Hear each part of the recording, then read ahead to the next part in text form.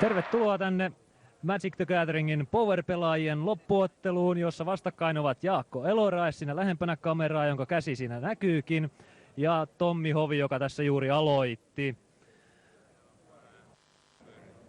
Ja pöytään tuli heti yksi kappale Mana Birdejä.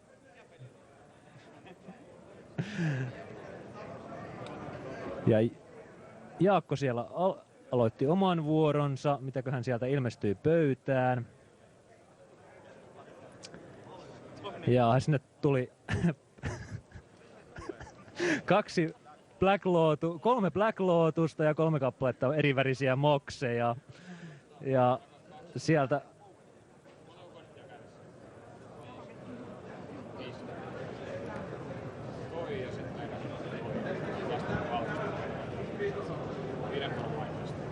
sieltä tuli hieman Mind Twistiä käteen 5 pisteellä ja vuoro päättyi. Tämä oli hyvin epätavallinen vuoro Jaakolta, se kesti noin minuutin. Ja vastustaja vielä hengissä. Ja vastustaja elää vielä. Vastustajalla jopa 1 kortti kädessä. Ja yllättäen Tommi ei pystynyt juuri mitään tekemään ja katsotaanpas. Oho, yllättävää, Jaakko ei tehnyt yhtään mitään. Tämä on kyllä nyt, Jaakolla menee todella huonosti ja sinne tuli Maze of Eth, joka on hyvin tärkeä kortti tässä loppuottelussa, vai mitä? Täytyy sanoa näin asiantuntijan, että todellakin Maze of Ethillä tässä pelissä tekee todella paljon, koska yhtään hirviötä tässä pelissä ei ole ainakaan vielä näkynyt, tuskin näkyykään. Täytyy ihmetellä Elorain aloitusta, hän on aloittanut melko rauhallisesti, ilmeisesti hän pitää kiduttamisesta ja pitää vastustajansa hengissä ihan turhaan. Mutta todennäköisesti teurastaa hänet aivan kohta jollain spektakulaarisella tavalla. Niin, tässä Jaakko juuri alkoi epäillä, että sekoittiko hän pakkaansa ollenkaan. Tämä näyttää todella huonolta. Pöydässään on vasta vain 2 Black Lotusta ja 3 kappaletta mokseja Jaakon puolella. Että kuka tahansa normaali pelaaja olisi jo itkun partaalla tässä vaiheessa, mutta Jaakko näyttää kestävän sen todella hyvin. Ja Jaakolta yllättävä veto. Sieltä tuli ländi peliin, tuli multiländinä Volcanic Island, joka on aivan kohtalaisen normaali kortti.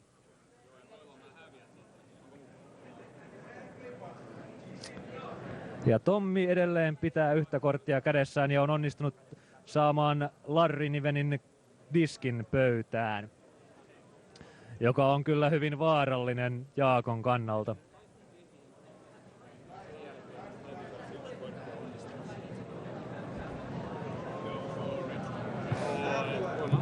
No niin, ja hieman lisää manaa pöytään.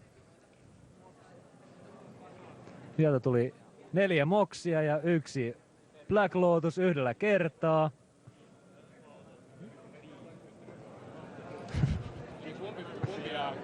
Porkki vai Time Twist? Meillä on porkki. Heitetään Time Twistille sitten porkkaa sen kumpia. Porkki reikkaa. 25 000 markan pakko. Ei kun. Porkki. Kerro. Mitä? Porkki ja Time Twisti. Siis Time Twisti, se forkattuna kumpia graveyardiin. Sitten porkkaa sen kumpia graveyardiin. Vihaan tätä. Anna se Time Twist nyt ensin tänne.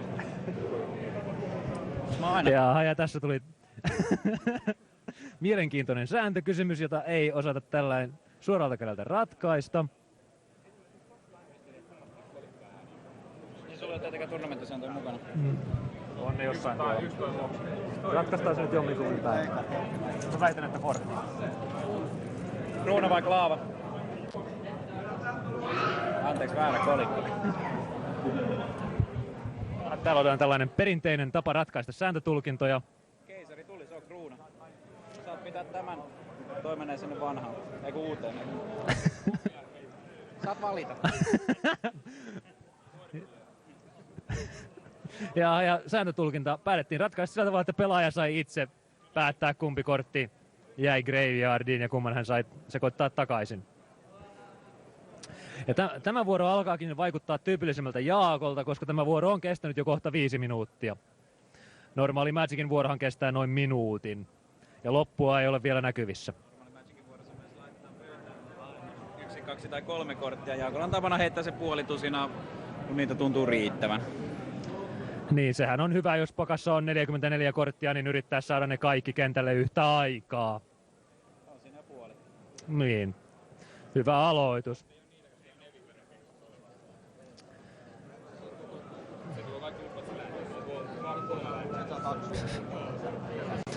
Niin, saattaako tässä käydä sillä tavalla, että on ensimmäinen kerta, kun Jaakko häviää erän tänään?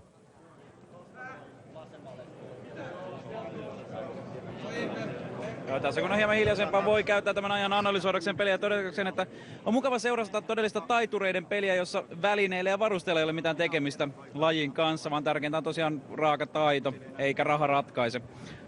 Niin, tässä näemme hyvän esimerkin siitä, että se on se pakan luominen ja pakan hyvä käyttö. Ennen kaikkea tasapainoisen pakan luominen, kyllä. Kyllä.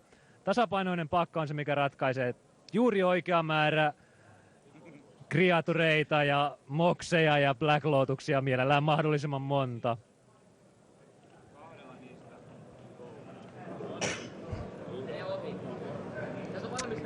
Jaha, ja sieltä tuli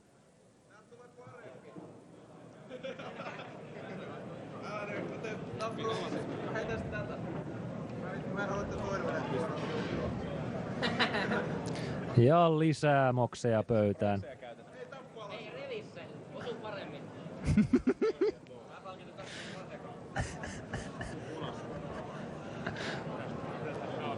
Jaha, ja yllättävää ensimmäinen hirviö Jaakolta. Tällainen kenen tahansa pakka on perustavaa laatua oleva hirviö, Shivan Drakoni. Kaikillahan meillä on niitä 4 joka pakassamme. Oikeastaan menossa vähän pois muodista ja heikon tehonsa ja niin.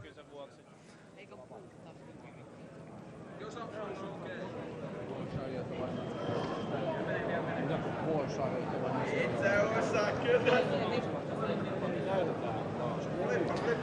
Jaha, ja Kaosorbi yrittää pudottaa Larry Nivenin diskin. Onnistuuko? Ja onnistui. Ai. Ja alkaako nyt sitten Shivani jyrätä? Jaha, ja Jaakko jatkaa vuoroaan. Hän teoriassa aloitti uuden vuoron. Joten tämä alkaa kyllä vaikuttaa mukavasti pasianssilta enemmänkin kuin kaksin peliltä, mutta katsotaanpas mitä sieltä tulee. Oho, jo 3. ländi Jaakolta. Jaakolla kyllä menee nostot tällä kertaa huonosti. Pelkkää ländiä käsi täynnä. 3. tavallinen ländi, tai siis multiländi, joka voitaneen laskea tavalliseksi ländiksi. On tuolla noita erikoismaita jo paikalla. Sitten tulee hieman deja vu-olo, koska näyttää jälleen time twistin. Niin, onhan täällä sentään jo Jaakolla Graveyardissa 1 kortti, eli tämä time twisti.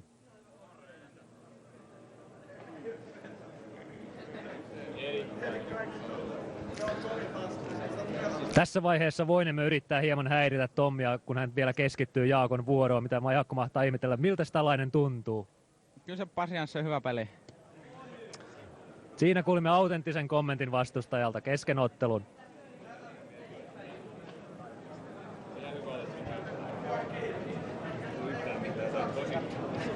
Tosi ikävä pakka niin vastaan.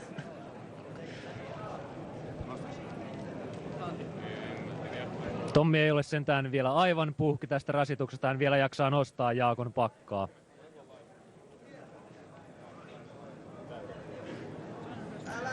Ja Life totaali näyttää olevan 82 vastaan 64 tällä hetkellä, eli Tommi johtaa sentään elämien määrässä, mutta emme kyllä epäilemme, että eipä taida johtaa enää kauaa. 77 putosi. Ja sitten taas kävellään hiukan.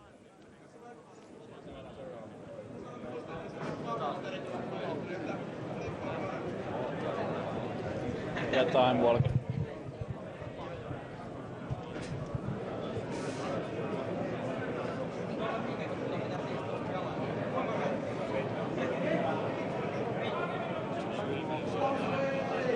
Pari muuta. Ja sieltä tuli taas Black Lotus ja 1 kappale Moxia.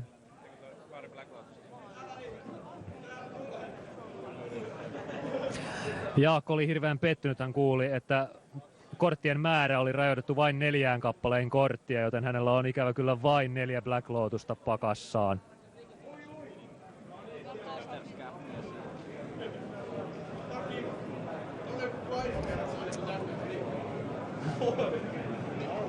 Sen sijaan Tommilla tässä ehtivät kortit kädessä käydä todella tutuiksi. Hän on niitä hieronut ja tutkiskellut siinä jo 10 minuuttia.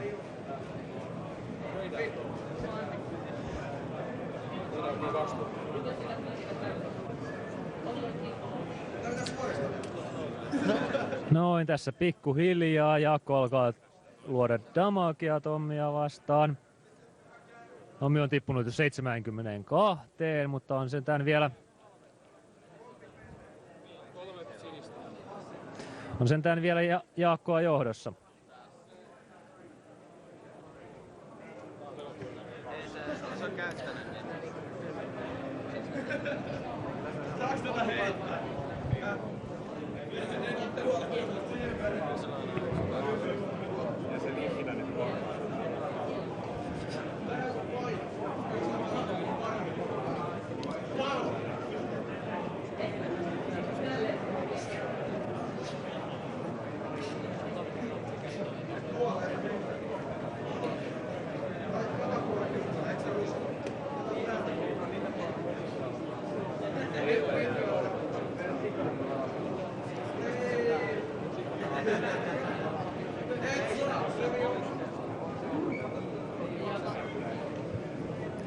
No niin, ja tässä taas Jaakko aloitti teoriassa uusilla korteilla jatkamaan vuoroaan.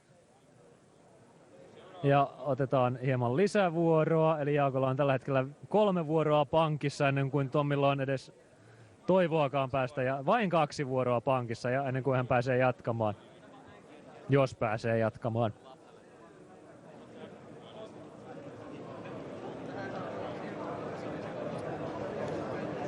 No niin, 3 vuoroa pankkiin. Toinen Shivan Dragoni.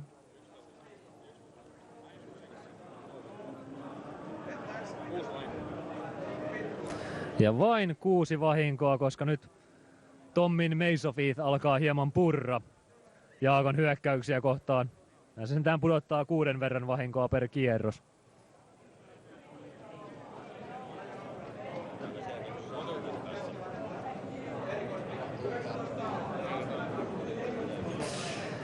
Ikävää vain, että kun Jaakko pelaa, niin hän pelaa teoriassa 4-5 kierrosta peräkkäin ja Maze of Ith toimii vain kerran vastustajan kierroksien aikana.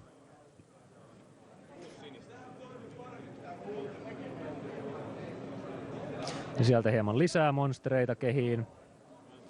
Pikkuhiljaa Jaakolta alkavat pakasta kortit loppua.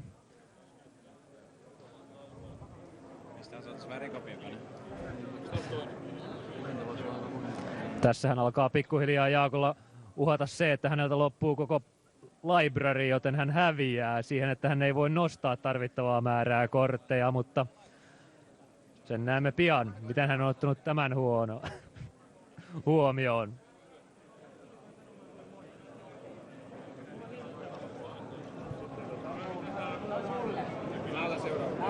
Se on sulle. Ja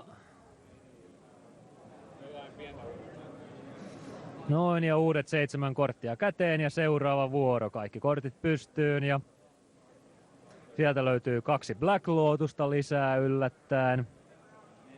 Huolimatta siitä, että Black Lotuksen ilmeisesti pakassa on vain 4, niitä on käytetty jo vissiin toista 10 tässä pelissä, joka on erittäin hyvä resurssien käyttöä. Niin, ja tuossa Jaakko taas pelasi 2 kappaletta Time Walkia, eli 2 kappaletta kierroksia lisää. Tällä hetkellä näyttää pankissa olevan 5 kierrosta ennen kuin ennen kuin Tommi pystyy mitään tekemään. Ja sieltä tuli 21 pistettä vahinkoa.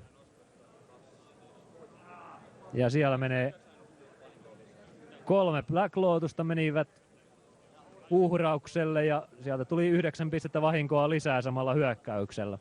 Ja vain 30 pistettä, eli tämmöinen keskinkertaista heikompi hyökkäys Jaakolta.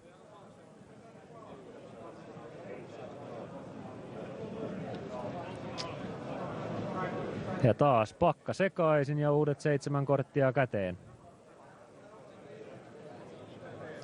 Ja siellä on taas uusi Kaosorpi odottamassa, jos Jaakko nyt haluaa joistain Tommin korteista päästä eroon. Onhan Tommilla tuolla 2 korttia pöydässäkin.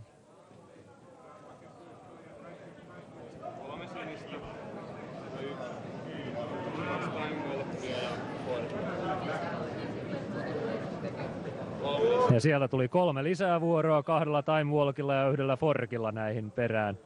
Mä saan näillä 2 vahinkoa kierroksessa. Mä otan nyt seuraavan kuulun ja sitten teen. Ja siinä alkaa seuraava vuoro, kortit pystyyn ja seuraava hyökkäys.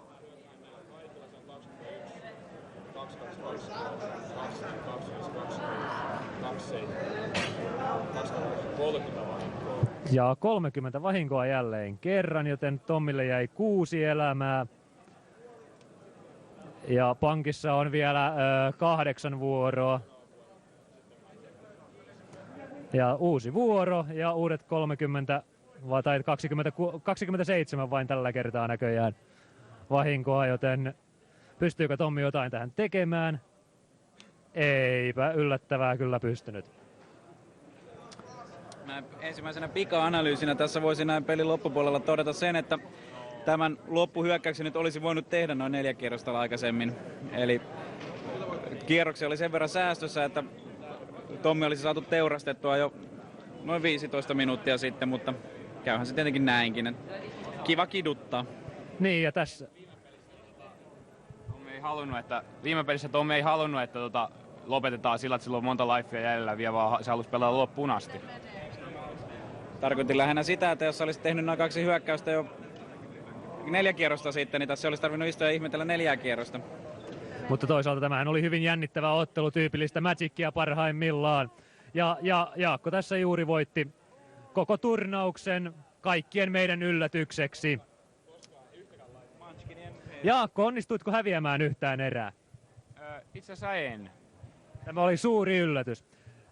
Onko sinulla jotain sanottavaa näin turnauksen loputtua? No, haluaisin kiittää näistä. Läheskään kaikki ei ollut mun omia kortteja, vaan haluaisin kiittää varsinkin Mano Mialosta Tampereelta, että se lainasi mulle kortteja ja myöskin Atro Kajastetta. Ja me kaikki tiedämme siis keitä syyttää tästä mielenkiintoisesta pasianssiottelusta. Entäs Tommi, miltä tuntui pelata tämmöistä hieman yksipuoleista pakkaa vastaan? No oli se ihan hyvä, kun sai 4 kierrosta pelattu, vai oliko se 5? Joo. Mutta tämä tästä, ja voittaja siis oli Jaakko Eloraa, ja kakkoseksi selviytyi Tommi Hovi.